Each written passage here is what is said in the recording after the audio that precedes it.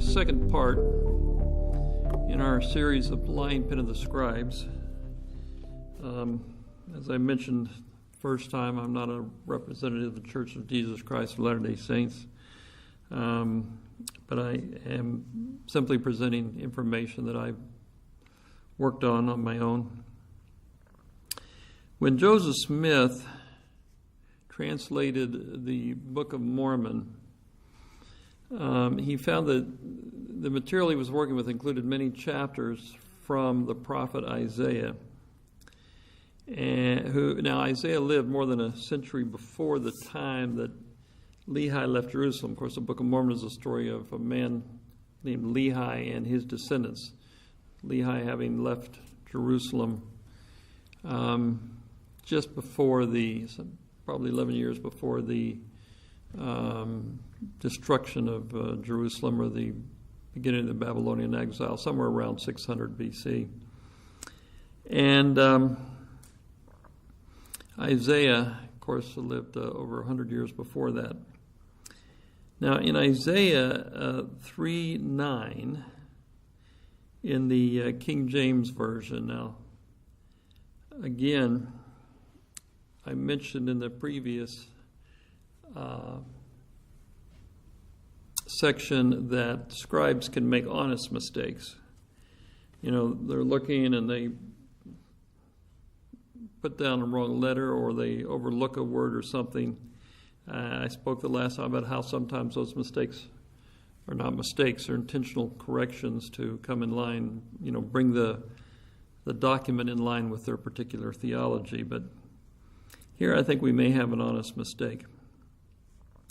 In Isaiah 3:9, in the King James Version, we find the sentence, "The show of their countenance doth witness against them, and they declare their sin to be as Sodom. They hide it not." Now, in the Book of Mormon, on the other hand, we find this sentence written slightly differently.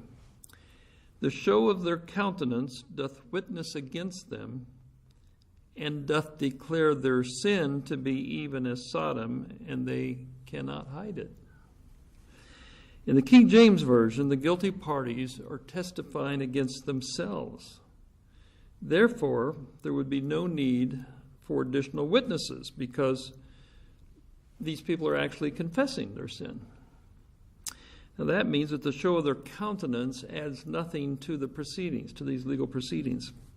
Therefore, that verse makes no sense as written, and yet is taken straight from the Masoretic text. The Masoretic text being the standard Hebrew text that we use for our translations. And the Masoretic text we have, by the way, is mostly from the Asimani manuscript that was written roughly 1000 AD, which you see is pretty late and certainly far removed from Isaiah. Now, the Book of Mormon version says that it's the show of their countenance that witness against them. Therefore, the show of their countenance is critical to the legal proceedings, because the accused parties are not testifying against themselves. They're not confessing. But their guilt is betrayed by the appearance of their faces. Therefore, the show of their countenance is absolutely crucial to the outcome of the trial. Now, as I thought about that many years ago, I realized that you could get from one version to the other by moving a letter from the end of one word to the beginning of the next. And so this is a case where a scribe may have simply misplaced that single letter. And we'll show some slides with this written in proper Hebrew. But in the meantime, I've got on the blackboard here the last, or the part of this verse written, and the letter involved is right here, that straight line which is the Hebrew letter Vav. And the way this reads, I left out the part of it, so I included the part that says, their sin, chatatam, kisdom, their sin as Sodom. Higidu. By having the letter here at the end of Higid, now Higid means they told, or he tells, he told. If I put the vav at the end of the word, it makes it a plural. So instead of he told, which would be the show their countenance, telling it, if I put the vav here, it's higidu, they told. So they're telling us, you see that their sin is as Sodom. So this is the way it is in the Masoretic text. Lo kichedu. They weren't able to hide it. Now, if we just make a small shift here and take the vav from the end of Higid and put it at the beginning of the lo. Now the word lo simply means not. See, not they hide, you see. So now it says, and not they hide, or and they hide it not, or and they cannot hide it. But this, the higid, to tell, becomes singular. And so the subject of that can only be the show of their countenance. And this is how we end up with the version that is in the Book of Mormon, which makes a whole lot more sense.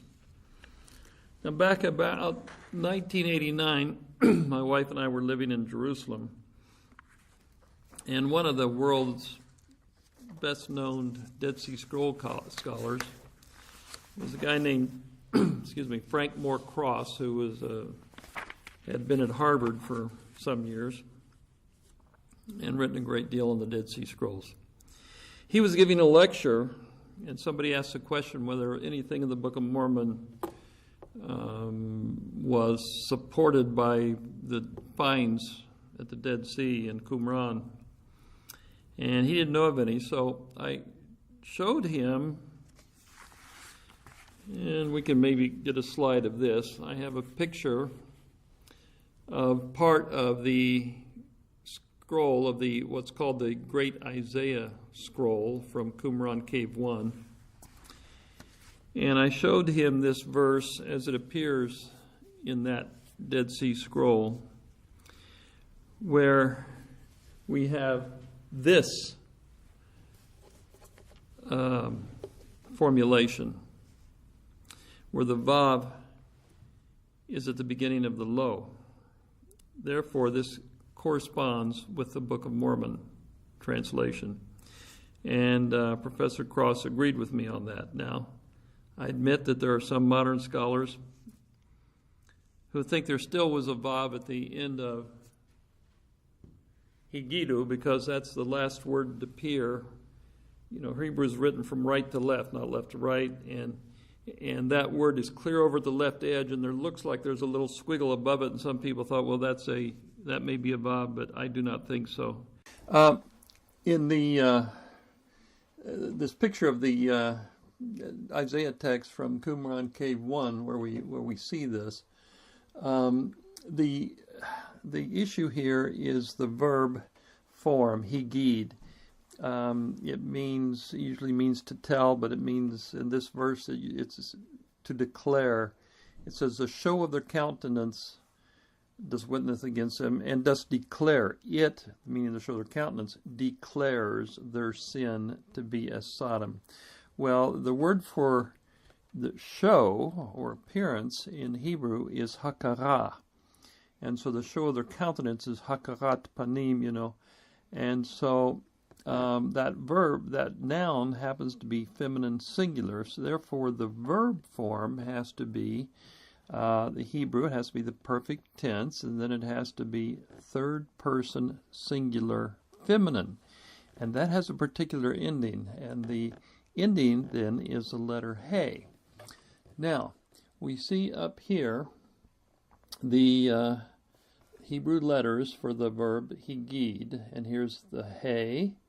And notice that the hey goes all the way up to the top here, but there's a horizontal line then that goes across just above the middle of it and heads off to the left. Then you've got the next letter, which is the gimel.